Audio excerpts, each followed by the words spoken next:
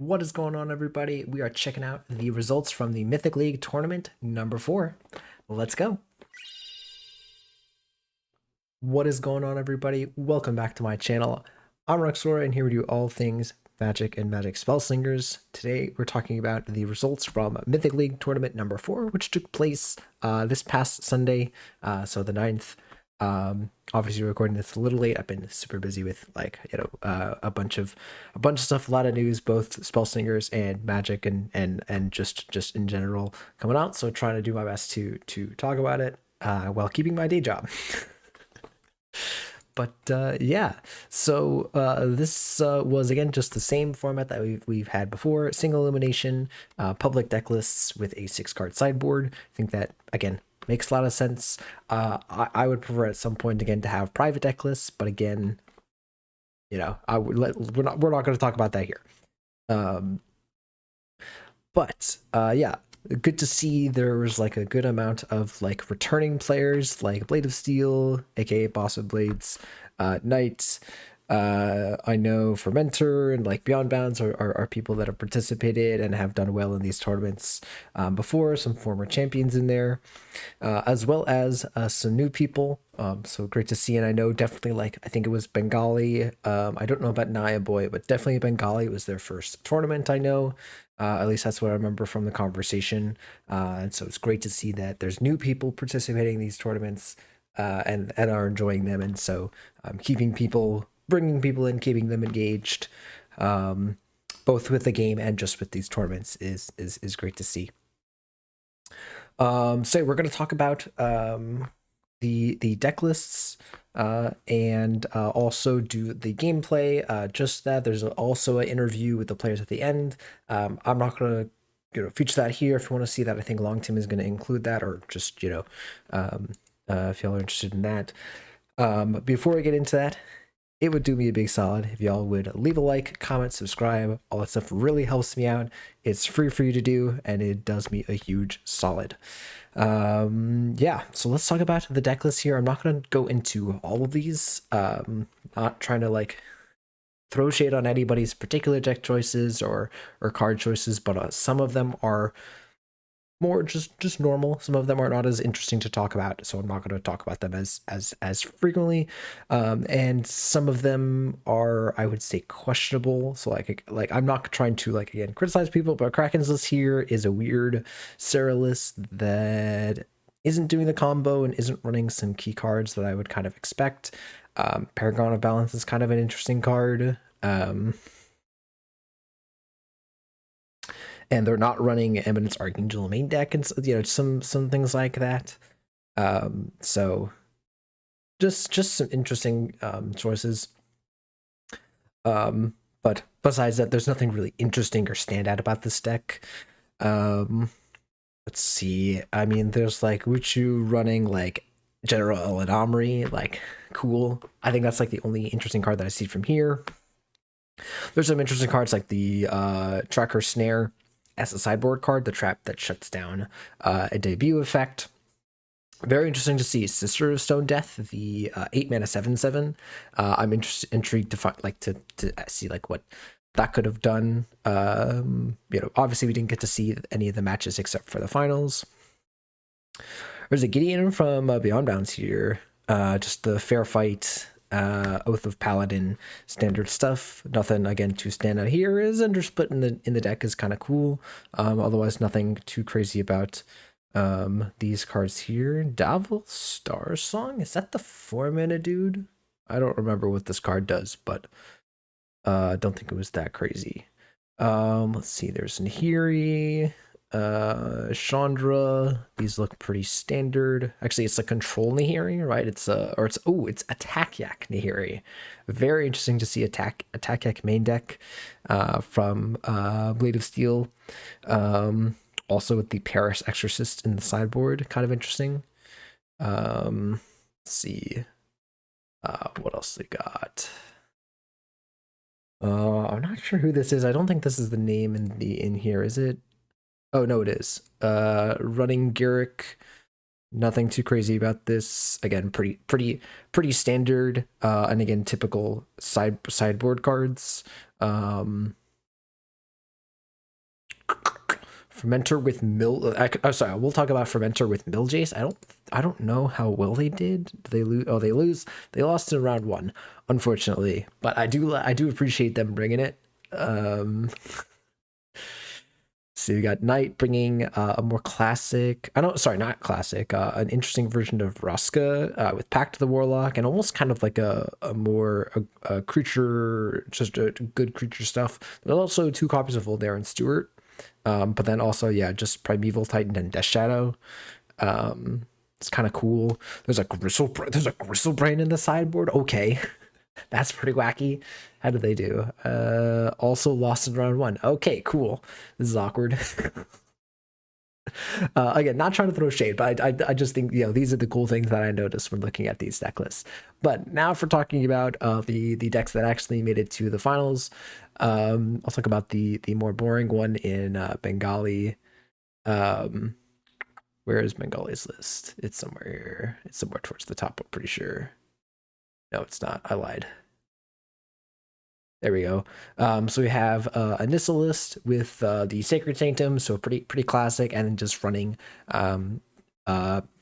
basically the classic mid-range / control version of Nissa without the combo, without any kind of combo finish like the Strahd combo or anything like that. Really just winning off the back of Epitome of Might and Grim Echoes and like Crater of Behemoth. So right, and otherwise there's nothing too crazy. Using Treetop Lookout in the main deck, I kind of like this. It's a decent card, right? It's just a 2-mana 3/3, but then also text against any of the traps going on. Obviously the classic 2 copies of Lava Wave, choosing to not run Day of Judgment, which worked out pretty fine. There was no situation really where Lava Wave was worse than Day of Judgment. In fact, there was a lot of situations where it was just straight better. Especially with all the creatures, obviously, right? But I have seen some, I guess, Day of Judgment is better if you're doing the Strahd combo, right? Because that clears the board more effectively. Anyways, and then a pretty standard sideboard here in terms of, cards: Pixie Trickster, Shell Game, Pyroclasm for just kind of generic removal, Soul the Wood for some good defensive cards. I'm not really sure what this Wormswake is doing. I would probably guess it should just be another Soul of the Wood, like if I were like doing the sideboard myself. And then I do like the addition of the Woodland Hermitage in the scenario where you're playing against another kind of grindy matchup where they're not really pressing your life total super heavily. You don't really need the life gain. You just kind of want the Woodland Hermitage for some extra card advantage in a pinch. So yeah, pretty safe. I would call this a very safe list, right? I think a lot of people, again, long time, I think in our coverage, critiqued, I don't want to say criticized, critiqued the inclusion of Epitome of Might, not always being the most impressive card. Maybe not like in overall, maybe just like in the main deck, or maybe preferring to include in the sideboard or just something, right? But just re-examining the role that Epitome of Might plays in these types of lists. But yeah. Again, I think the gameplay will speak for itself as to how this matchup went. Obviously, again, they made it to the finals. Congrats to them. Again, first tournament as well. So again, congrats to Megali for a very, very solid performance. And then same thing with Naiboy. Again, I don't remember what their how often they've competed, but again, congrats for making it to the finals as well. And their list, in my opinion, is a bit more interesting, and that's why I'm really excited to cover this deck. As soon as I saw, like, I was looking through before I started commenting the match, I was looking at this list, and I immediately copy and pasted right into Spellslingers, ready to go, because I thought this list was super interesting. So we've got a Vivian list, which is not something that we've seen for quite a while. Performed pretty well at some of the tournaments, like in the earlier kinds of metas. I think also even before like Garrick, that was the thing where we're talking about how Garrick has kind of overshadowed Vivian's presence in the game. But here, Vivian kind of making a comeback. Running the Hermitage, that's pretty classic, but the kind of notable inclusions, all right, Glade Cover Scout is not a card that I see really often in the main deck. and playing like a pivotal role as the only one drop in this list. Anaconda Hatchling, the 2/3 that kills anything that it fights during your turn. Briar Fox, the 3 mana 3/3 that gets an upgrade every time it attacks. And then 2 copies of Hellrider, which again is not a card that I see often. I don't even think is it in the Chandra list? I don't even know that. Is in the Chandra. It is not even in Chandra, right? So it's not even in the kind of premier aggro list. But here it is in Vivian. Right, and don't often see it in Vivian either, right? So it's like very, very cool. Another kind of notable thing about this list is the one ofs of Animal Arrow and Vivian's Arcbow. Now, these are class cards, right? So you assume, okay, they're just going to jam 2 copies of these class cards into their deck because that's just what most people do, right? Most people do that with stuff like Vraska, right? They have the 2 copies of the Thorn, they've got the 2 copies of Turn to Stone, right? And all of these things. I don't know what is their other class card. What's the other class card in here? Oh, Vraska's Grub, right? So Vraska, just shove all 6 copies of the class cards, right? Not the case. Not the case in Vivian here, right? Being very, very conscientious. That's the word. Conscientious about what they include in their list and in what numbers. And I really, really respect that. And I think it was the correct choice based on how this deck is constructed. Yeah, very, very cool. Other kind of notable text here, there's 2 copies of the Vicious Mongrel, the 4/5 haste. We also have what was on a show? The Spirit Crown Stag, right? These are really powerful 4-drops that made a lot of presence in the games, as you'll see. As for the sideboard here, again, the 2 copies of the Lookout, again for the matchups where you're going to be facing against a lot of traps. 2 copies of Watchwolf, which I guess you have to take out some form of colored card of non-green card in your lists, right? So maybe you take out like the Mist Ravens if they aren't going to be that good, right? Maybe you're playing against not a great creature list, and so you don't really need the Mist Ravens, so you just swap those for Watchwolves. I don't know. Again, I don't remember exactly how they sideboarded. I don't know if they said. Did they?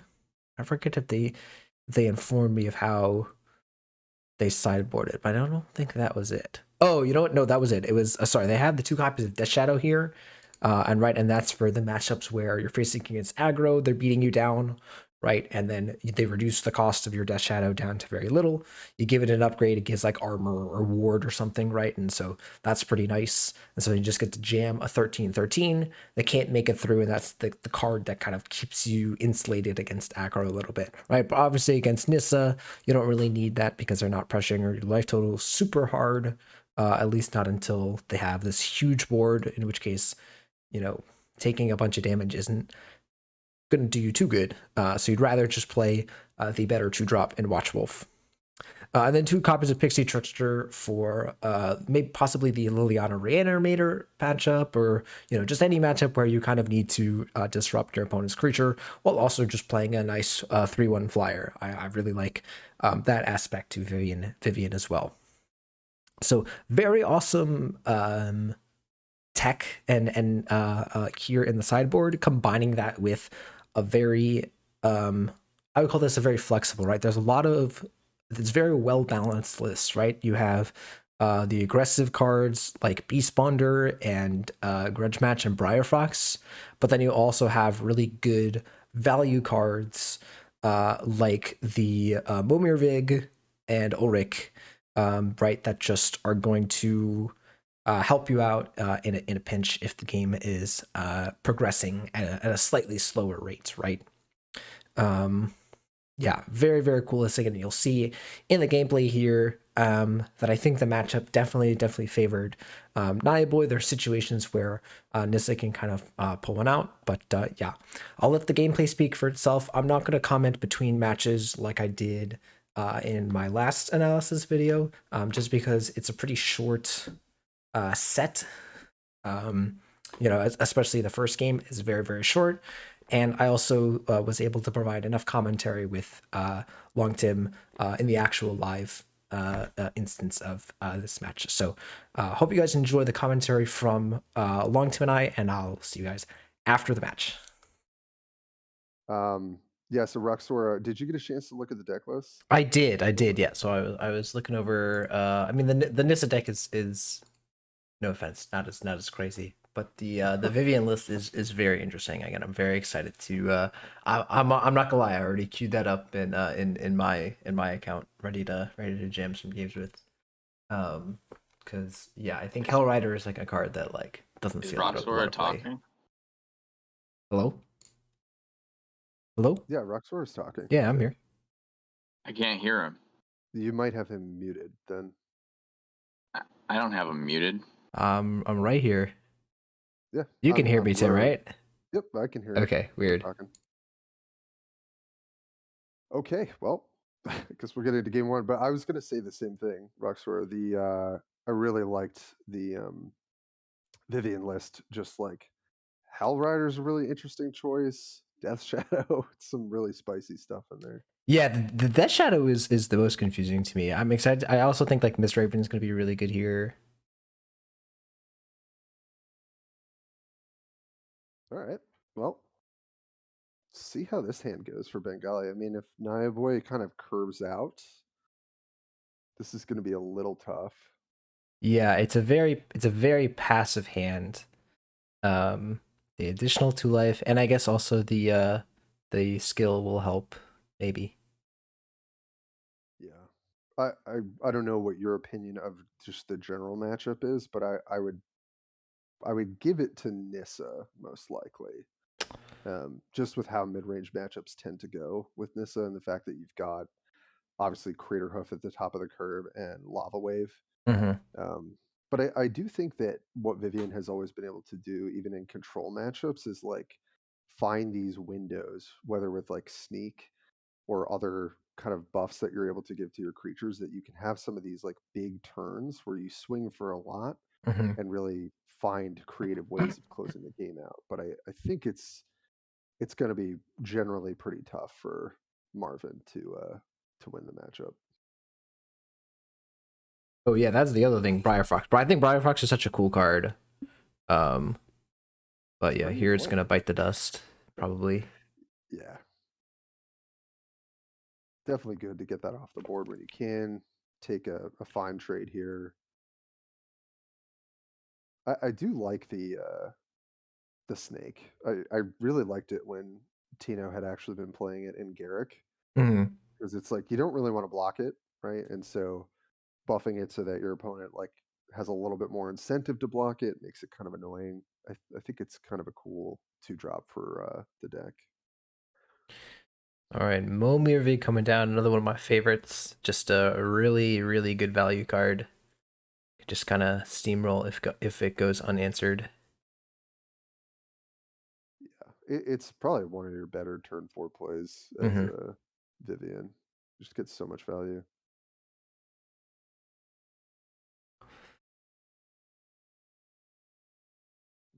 Here's an interesting question of, do you fire off this Rampant Growth, or do you try and get the Duraga Druid Rampant Growth combo? I think you just fire it here, but I mean, if we're looking at our hand and just the amount of 8-drops we have, like card advantage, I don't think you really care that much about. I think you just want to get the extra mana advantage going, and that's looks. It's good to consider though. Like you Yeah, yeah, definitely yeah. don't have to just auto through your turn, But no, but again, Bengali agrees, clearly. yeah.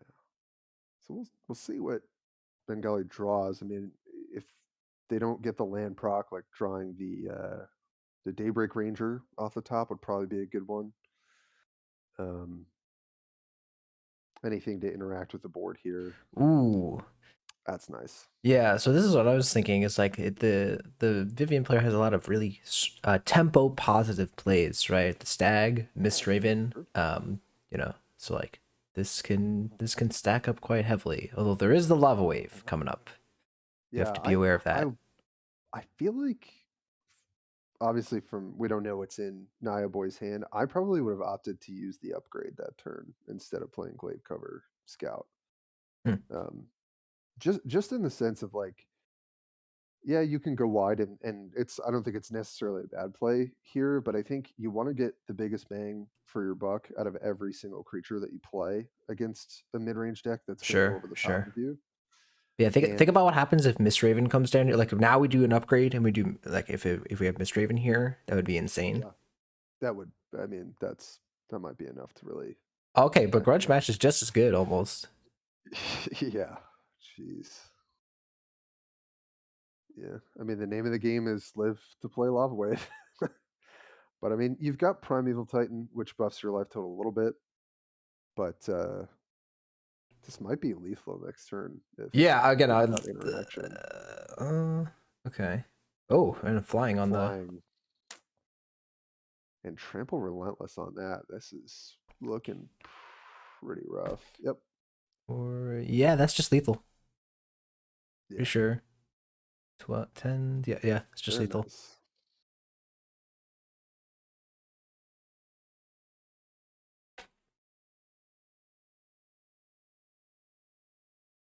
Yeah, this is looking pretty rough if you get the curve out. And he then the And mist with the had the Mist Raven Raven on top. anyways. Oh. That's pretty tough. Wow. Yeah, the land trigger was definitely not helping.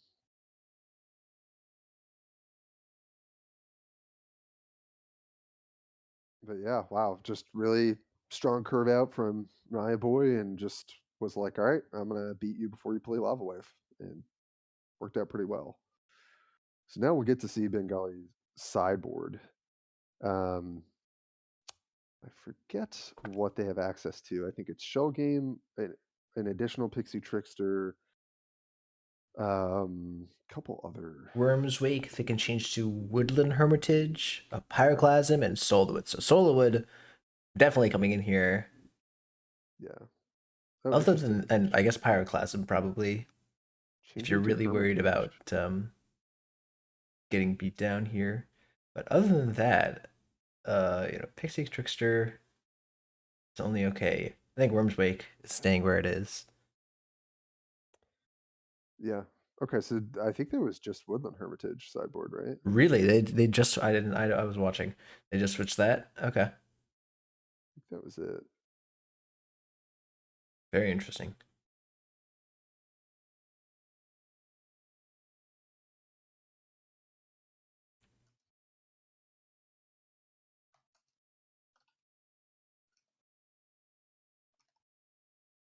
I would have definitely at least considered the Soul of the Wood just to Yeah. give it a little bit of Yeah. life. But I think hmm, Soul of the Wood is a good way to buffer your life total. I don't know that I would switch to Hermitage. I think it's, I mean, it's really just thinking about would you rather have potentially life or would you rather have like cards? And I don't really know that you care too much about card advantage well, in this also matchup. the Hermitage again. The big thing with the Sanctum is that even if it triggers, it still gives you an empty mana gem, right? You still go up in mana like the turn after, right? Whereas the Hermitage, right? It takes away, right? You don't gain the mana gem. Am I Right. correct? So like Yeah, I you're think if correct. you're trying to hit like lava waves and stuff like that, switching to Hermitage, like it's one thing if you're going to a more like mid-rangey game plan, but if you still have the lava waves and stuff, it's gonna be it might be hard to hit those if your lands if your land triggers too often. I don't know.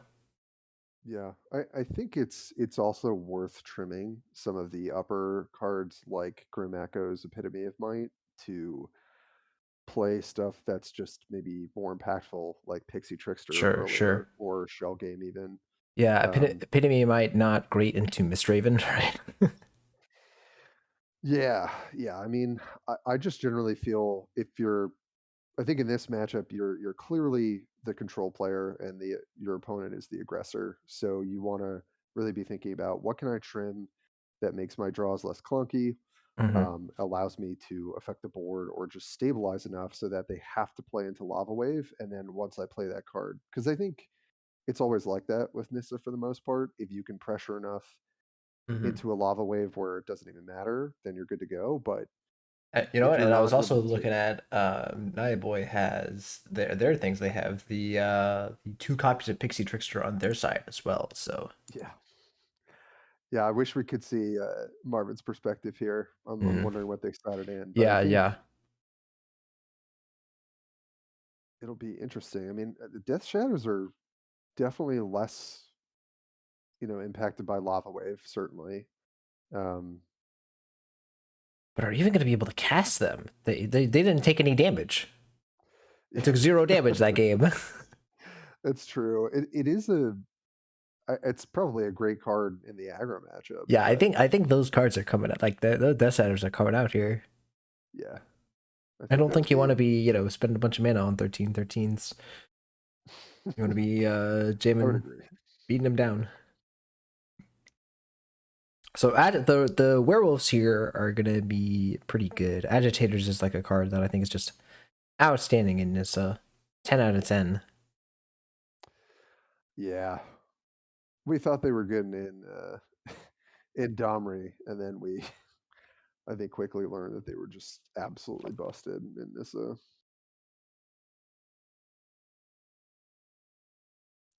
Oh, Beast Bonder is just the scariest 2 drop. This thing can get super out of hand. But yeah, I mean, being able to go Agitator into Daybreak is gonna stem a lot of this. So I would just play the Agitator here. Yeah, Bengali, looking at the wolf here, interesting. Interesting. I mean, you Actually, no, I agree with this do, because the thing with agitators is you want to play it and then immediately transform it, right? So they're gonna wait yeah. until the next turn to play the agitators. So they'll have one mana gem plus the fragile mana gem. I guess that's true. Waiting a turn is okay. Well, you definitely take the trade on the Beast Bonder. That's great for you. The other one getting trample, oof. Oh, interesting. Huh. Yeah, this is looking real. I like I was gonna say before, I was like, I have my money on Naya Boy. And that's where I'm putting. I've played this matchup so much, so I was like, nah, Nissa's got this, but yeah, maybe not.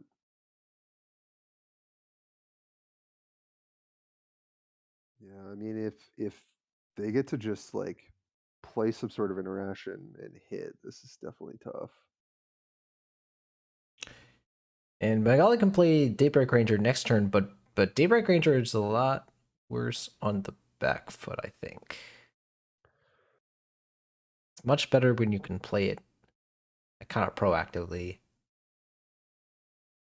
Yeah, Let's I'd be see. pretty happy to play. Oh, Okay, are we interesting. gonna do the Jiraga Druid? I was just gonna mention the Jiraga Druid Agitators little combo here. So gonna be 2 life, 2 cards coming their way. Yeah. Now this gets hard for Naya Boy.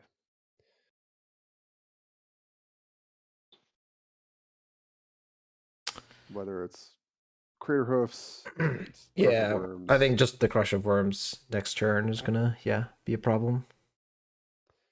Yeah, that's And keep interesting. an eye on the comments. Knight's contributing to conversation with you Oh, guys too. Yeah, I'm looking. I'm looking.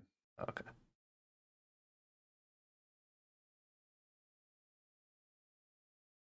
Maybe speaking too soon. Yeah, we'll see. We'll see. Yeah, I think I like initially like first couple turns, but yeah, now it's kind of turned around. And Crush of Worms is gonna be blockade here. Yeah. Knight also has played a ton of Mm-hmm. Nissa too, so appreciate Crush of Worms the very good into Mistraven. Yep. There you go. All right. So you take probably want to block the trample one there, but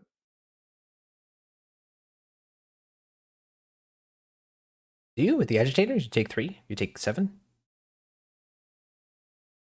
Yeah, I think you just want to get the thing off the board that's going to get bigger over time. Well, here I'd unless rather they block the unless they buff board it, for trample.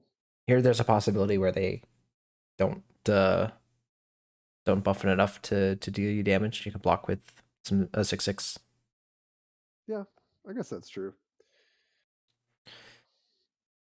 Yeah, I think this is gonna be too much for Night Boy now. I don't think Yeah, right, I would Stag's agree. not gonna do anything. Mistraven is gonna be terrible. Uh I guess Mistraven is yeah, Mistraven's not gonna be great here. You could delay Crush of Worms, but then it comes down. Hmm. Yeah, They have a creature here they can get in with the Beast Bonder, but again, eh. Oh, yeah, you can okay. trade a beast bonder for a worm. Briar Fox is getting flying though. I remember Vivian is 26 life still. So like they got time. Yeah, no, it's going to be about attrition at this point, which is probably where this land is also going to be tougher. I think I would just go for the grudge match on the Briar Wolf this turn, or you could just Daybreak Ranger it. Yeah, that would be really But yeah, good. I would attack with both, and then Daybreak Ranger if they don't block. You can kind of see what you want to do after that, or play Prime Time. Yeah, dang. Poor Briar Fox. Ooh. Oh, so they're gonna do the grudge match. Okay. Looks like it. Yeah, nice.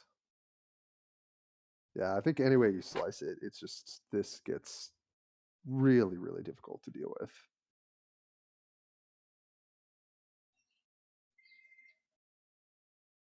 And not allowing the trade on the damage Crush of Worms. It also means they won't be able to really attack either. Yeah, definitely playing pretty smart there.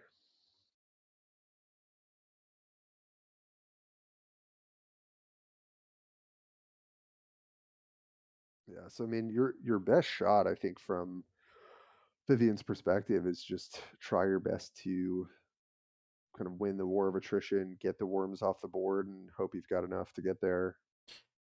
All right, so here's the Mistraven. Okay. Mistraven actually allowing the stack to get in now. So Yeah, going down to 13. But yeah, as Knight is saying, Creator Hoof coming down here gonna cause some problems.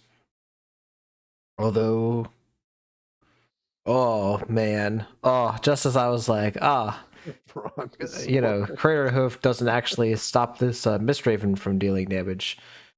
Brontosaurus kind of does. I don't know. Got a I lot of mean, options here. yeah, a lot of different options here. I think generally you want to treat Brontosaurus as a planeswalker and say that I need to have stuff on the board before I play it. So to protect it as much as possible. I like Hmm. this play. Yeah, I was Yeah. also going to say like Crater Hoof buffing Brontosaurus is also really nice. Yeah. Knight So agrees. Yeah, I think you want to play something proactive here. Obviously, it makes your whole hand better as well. Bengali is getting low, though. I think you got to be pretty yeah, aware. at minimum they're going to 10 years. So Yep.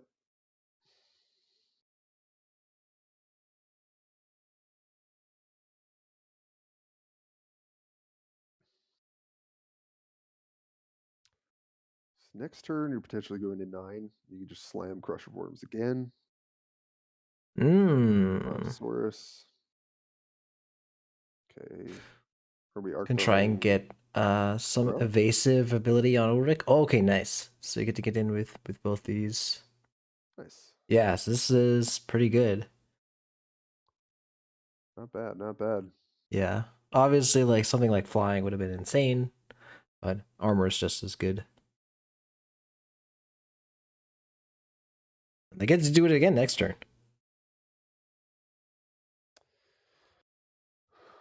Yeah. Going super big here. So this will force a block. Yep. Gotta block the worm. Well, I guess you don't have to, but I don't think you want to take 11. Yeah, I don't think you want to take 11. No, and you have the trade. You should just trade here, yeah. Yeah, I think you just trade with Ulrich and just say that, Mist Raven is kind of your best shot of punching through damage. Yeah. I'm trying to think if you'd want to, like, if you have another Mistraven, if it's better to bounce. Which one of these is better to bounce? But honestly, neither of them are really great to bounce. Yes. And 1 mana 6/6 Scion. Pretty nice 1 mana card.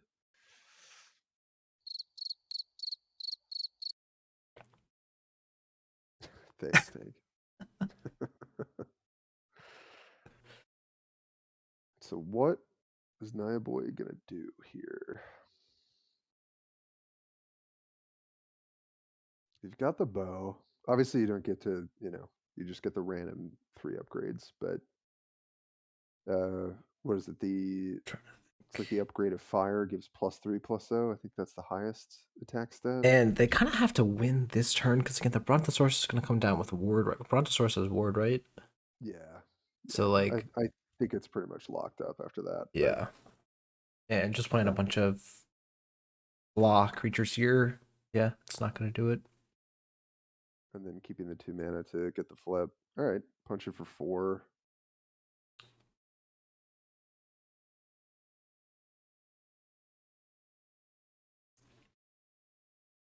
Oh, not getting the Oh,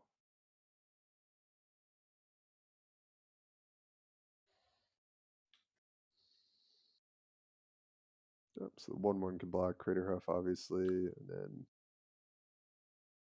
you could even take 6, go to 1. yeah, but it just doesn't do anything at this point. Oh yeah, Sin was saying maybe they have the Death Shadows.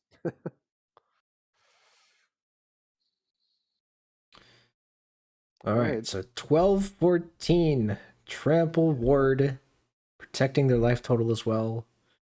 Back against the wall. Can Naya Boy do anything? Yeah, that's a pretty tough position. The Brontosaurus.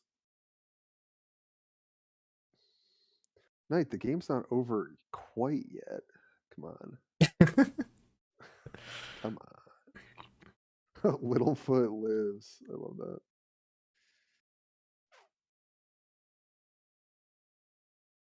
Yeah.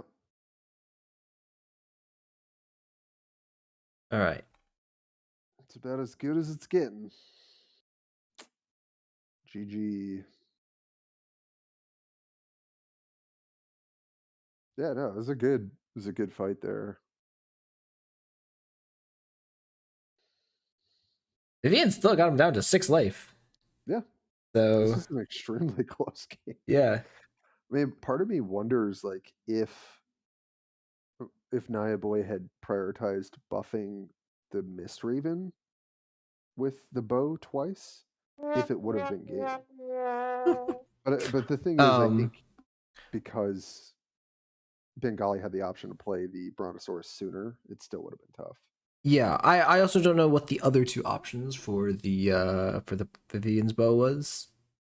So Yeah, yeah, um that's true. It's always a gamble, but that Mist Raven almost closed it out. All right, getting ready for game 3. all right, so they make any changes going into game 3, or are they happy? I really just don't want to see Epitome of Might or Grim Echoes personally in this deck, but I've always been more of a mid-range Nissa player and not one who likes to play all this sort of stuff at the I top think end. Grim Echoes is fine again because again you see how good Crush of Worms is Yeah, in yeah. solidifying the matchup. I think Grim Echoes is like the same.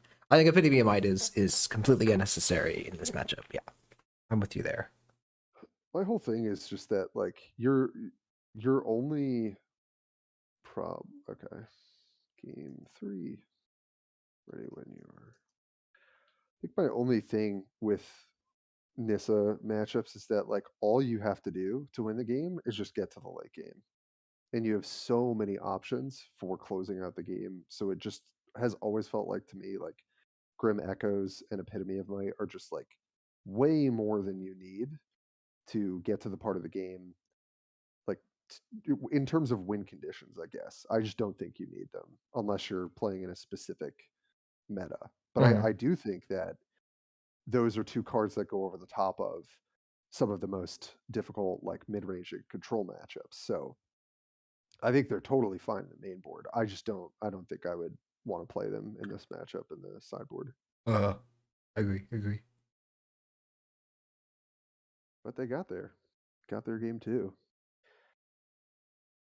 She just has so much inevitability playing Nissa. It's you just got to get there.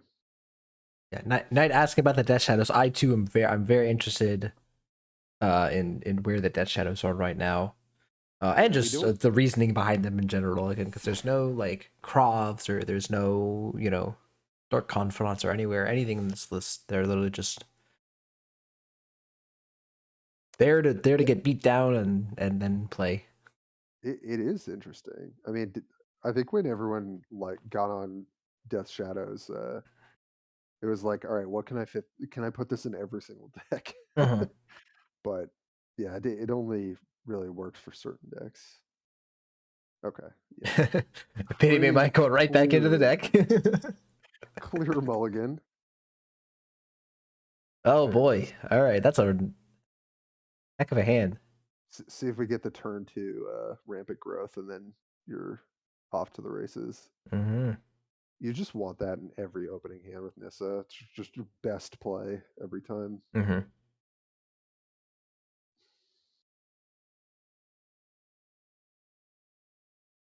Yeah, Zozu's an interesting choice too for Nissa. I think Hellrider is kind of like their Zozu. Yeah. I think the Hellrider is still here. That's a good question too. I haven't seen Hellrider. No, we haven't seen it played. It'll be interesting to see if it's still on the deck. I personally always love haste creatures against lava wave lists. Hmm. So Yeah, no, absolutely. well, I mean, this is pretty good. You get just your 2-drop into you could agitator then Draga Druid if you just want to ramp, but They got like yeah, Card Smash off the top, also nice. all right, so we got the flying upgrade for Briar Fox. Ooh. Not bad. Do you grudge match here? Or do you play Jiraga Druid? They're not blocking. Tell you that. I think it's tough. I think you probably just run out the Druid. I mean, you could Uh just take your 1 for 2 here and be kind of sad, but okay. I would not fault them for Hmm, okay. playing out. That's interesting. Sonic is a But 4/4, I wouldn't so fault them for playing Jiraga Druid, but there's a chance that if they do that, like this Briar Fox just runs away with the game. yeah, that's But true. doing neither of those and just playing a 4/4 Scion So here, you definitely hope Briar Fox doesn't get like a really like relentless or something like that. ward. Um, Like imagine they get a ward on this. yeah, but you've got a good, hopefully favorable grudge match next turn, which I think is a good play by All right, Knights. trample the worst of those. worst Yep. worst possible result there, I think.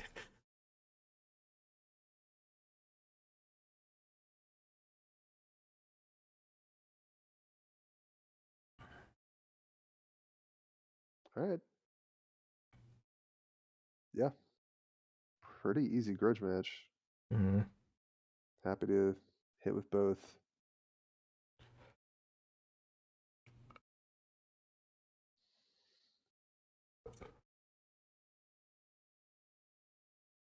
I just wish this epitome of might was not the epitome of might.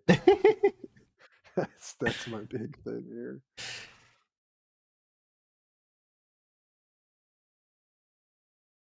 It's a good point, Knight. Speak. I think that black tells us no Death Shadow. Yeah, I think generally you're happy to take chunks of damage Okay, if you do have it. so 5 mana here. I might just play the Jiraga Druid and pass. It's a little bit of an awkward sequence here. if you do go Agitator, you can guaranteed do Jiraga Druid and Growth next turn. That's fair. So That's I think fair. I like this better from Bengali.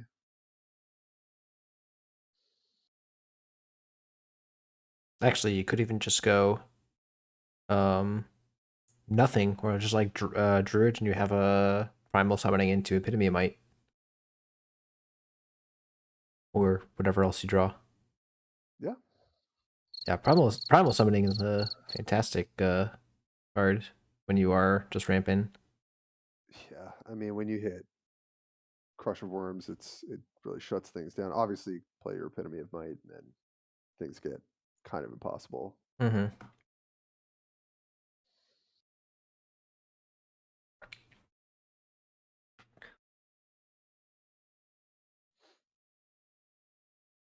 All right, so Naiboy hitting the Relentless upgrade Nice. on Momir Vig. Okay. That's Yeah. pretty good. Not a bad one.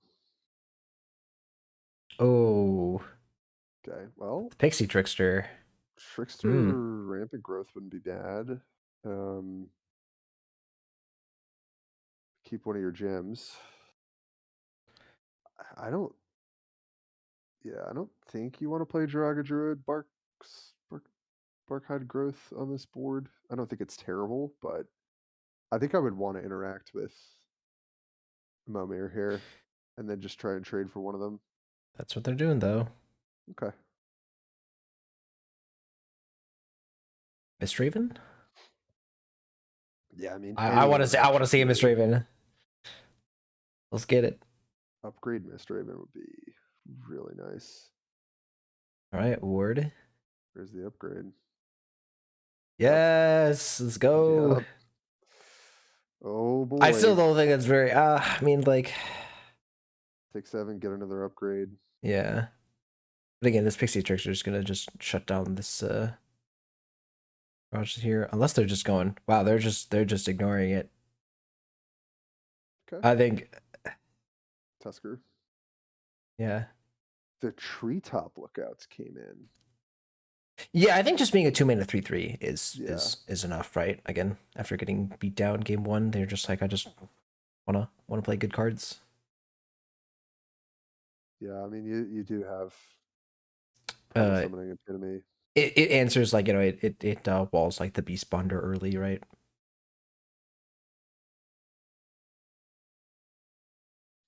Yeah, I mean still pretty healthy for Nissa, even with the kind of growing threat, but Yeah, actually you having got a to higher life improve. total than Naya Boy. Yeah, grudge match. Okay. Yep, good grudge match for sure. You don't even have to attack with it this turn if you want to sit and get another upgrade. I was just about to say, but there could be another Oh, one, and this is now like again. I said like just like with the Briar Fox, Momir Vig and Crudge can just run away with the game if left unchecked, and Bengali had ways of answering it. yeah. Yeah, this is arrow. Okay. Yep.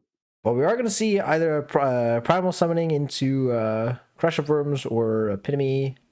Oh, we also just have this Brontosaurus. Oh no, but we're gonna do the Trickster now. Okay, after all this. Okay, and just play a bunch of creatures. Okay, all right. Learned our lesson. All right. I mean, getting the Pixie Trickster off the board is pretty easy, probably. Um, don't have great attacks outside of that. Oh, what? Hellrider is lethal, And it has especially sneak. with Sneak. Yeah. Oh my Jeez. goodness. Hellrider. There we go. Oh no. Hellrider with Sneak is pretty sick. Wow. From the animal arrow, right? Wow. Jeez. Okay. All right, so there you go. Naya Boy taking down this match 2-1, taking off the first game in a very decisive way. Very, very little that Bengali could do, having such expensive cards in their hand for such a long time. but able to kind of claw back into the match in game 2 off the back of a timely crush of worms that basically just halted all progress that Naya Boy could make in that match. And then taking Naya Boy taking the match in game 3 after using Momir Vig to kind of be this very, very powerful threat that was difficult for Bengali to effectively deal with while staying in the game, and then using the one of Animal Arrow to very good effect to give the Hell Rider the upgrade that it needed in order to deal the last points of damage.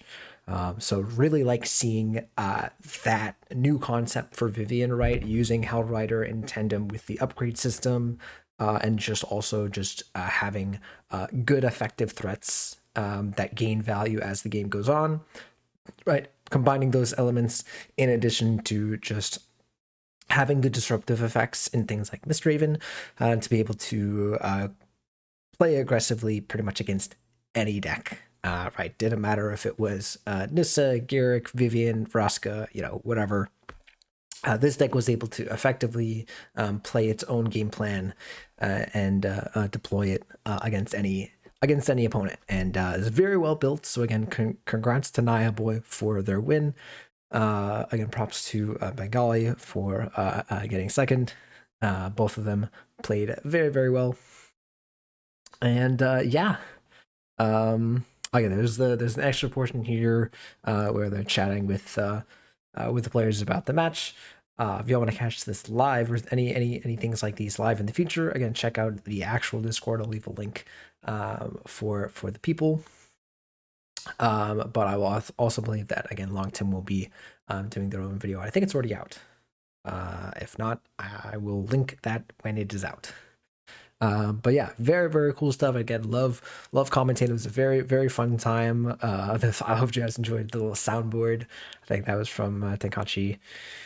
Yeah, it was a very, very, very fun time. Yeah. And that brings me to kind of the news aside from this tournament, which is that again, tournaments are still going on. So if you want to compete in this kind of tournament, just get yourself to Mythic, and put that in this channel here, and screenshot your Mythic. They'll give you the Mythic roll, and boom, you got it. And then for other news, there's future tournaments that are going to be happening that are not this kind of tournament. They're contemplating ideas. I've been chatting to people. I'll give my ideas if I'm given the opportunity, I guess, or if I'm given the ears. There's a whole bunch of ideas that they're talking about, right? So they're talking about draft like they do with Hearthstone, right? Any kind of like pauper decks, creatures only, different ideas, different structures, right? Sideboards, no sideboards, 3 different kinds of decks, like we've done in the past. All these kinds of different things. There's so many different ways to play. Endless possibilities. So if that interests you, if you want to have a voice as to what kind of tournaments they do in the future or what kind of tournaments you want to participate in, again, join this Discord, join this channel, and yeah, I'm really, really looking forward to it. Should be a fun time. All right, guys, that's gonna do it for me. I think that was all I wanted to say about this tournament and future tournaments. Again, I'll be covering as much as I can. Again, it's a busy time, which is good. So yeah, if you guys enjoyed the video, again, like, comment, subscribe, yada yada yada. And yeah, thanks for watching. See you guys for the next video.